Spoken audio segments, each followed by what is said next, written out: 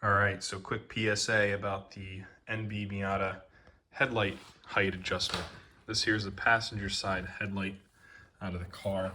And I've been trying to adjust the headlight height since this one's pointing at the sky. Since I got the car, I could never figure it out. So this green adjuster here with this bolt is what the service manual says to turn to adjust the height of the headlight. It rotates the entire projector housing inside there.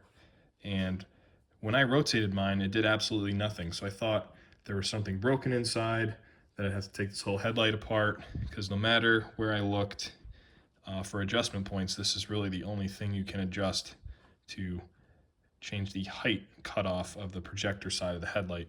So what I found out, which was causing me all this problem, was that if you take this off, this either has like a torque limiting setting on it or it's partially stripped. I'm not sure if this is how all the Miatas are, but when you turn this, if this has too much force to turn, it just slips.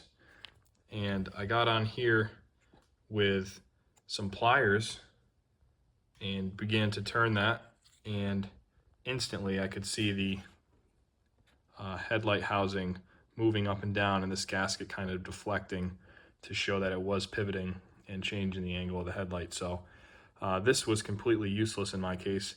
Maybe it prevents you from stripping this out, because if you apply too much torque to this with a hex, you might be able to strip this out. So there may be a torque limiting slip in this.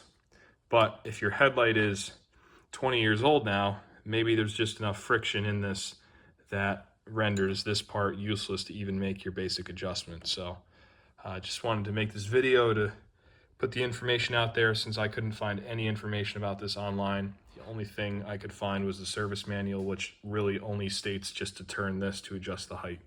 So hope you guys found this helpful, found this valuable. Thanks for watching. I'll see you in the next one.